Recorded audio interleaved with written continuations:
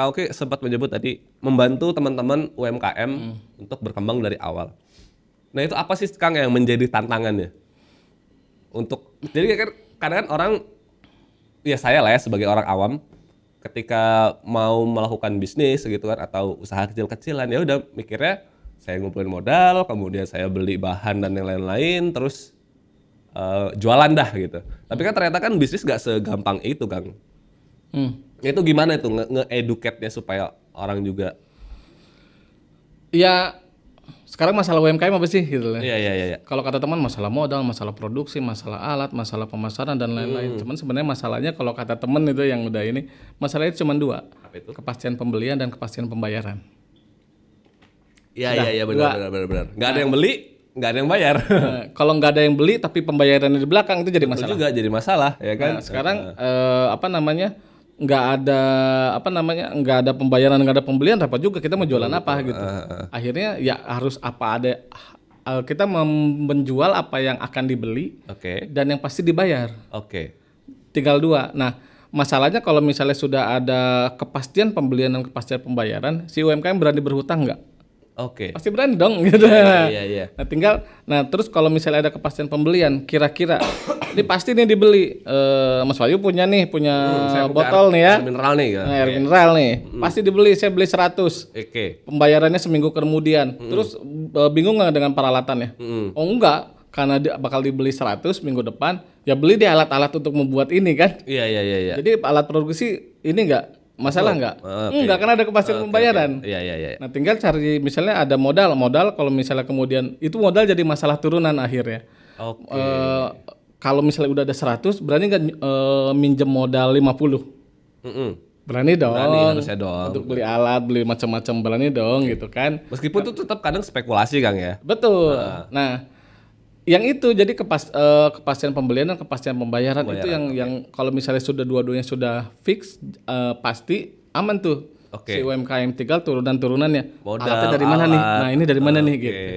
Pemasaran dan lain-lain. Iya, contoh gini, apakah masalahnya di pemasaran? Belum tentu. Masalahnya di pemasaran belum tentu. Kemarin kita klinik UMKM dia malah pemasaran bludak loh. Masalah dia di SDM. Ternyata kita korek lagi, Bu. Kok dengan kayak gini gimana? Ya, SDM saya yang kurang nih ternyata. Berarti bukan di pemasaran dong. Betul. Nah terus ada lagi UMKM misalnya kayak seperti yang di Penajam. Barangnya sudah ada Mas, barangnya sudah ada, harga sudah ini. Terus tak cek, ini kasusnya di cabai bubuk. Bon cabai nih. Cabai bubuk Bu harganya berapa? 23.000. Saya nggak mengiyakan itu murah atau mahal ya contohnya. Terus dibawalah ke minimarket, lihat di situ 16 atau sampai 18.000 harganya. Pabrikan. Yang Pabrikan. Terus masalahnya di mana? Dikorek. Iya kan, ya biasalah kalau ditanya, Bu, harganya di minimarket 16 18 nih. Ya berapa minimarket kan dicek. Ibu, kok 23 gimana nih kalau disandingkan gini kan? Terus si ibunya bilang, ya itu kan kita produk UMKM ya harusnya gini. Bu, ibu bisa nggak menjelaskan ke semua pembeli yang ada di minimarket itu untuk kalau membeli produk ini gitu ya. Ya nggak bisa dong, kita harus banyak gini deh Bu. Ibu produksinya berapa? 50 katanya. Seminggu. Oke deh 50 seminggu. Ibu kalau bisa mengumpulkan teman-teman menjadi 1.000, kita injek kemasannya bisa turun berapa? Kita cek nanti. Diinjek oleh kemasan, kita bantu kemasan. Sebanyak 1.000, waktu itu harganya 1.750 satu piece-nya, jadi 1.750. Nih Bu, bantu Ibu nanti kembalikan uangnya ke koperasi misalnya yang ini ke kelompok ya. Ibu kembalikan, turunnya berapa Mas? Jadi 18.000 loh.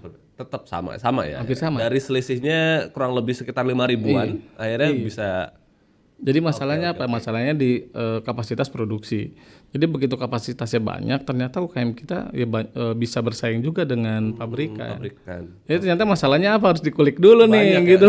Harus satu-satu Kang ya. Satu. Wow, telaten juga nih Kang Oki. Enggak, masalahnya modal bentar Bu. Ibu butuh modal berapa? Ya 100 juta. Cukup lah katanya. Biasanya gitu kan. Buat apa aja Bu? Yakin cukup 1 juta. Nah itu tadi tanya. Yakin cukup nih gitu. Buat apa Bu? Buat alatnya apa aja Bu? Oven berapa? 5 juta. Kok minjemnya 100? Jangan-jangan jadi motor Bu. Iya. Download Tribun X sekarang, menghadirkan lokal menjadi Indonesia.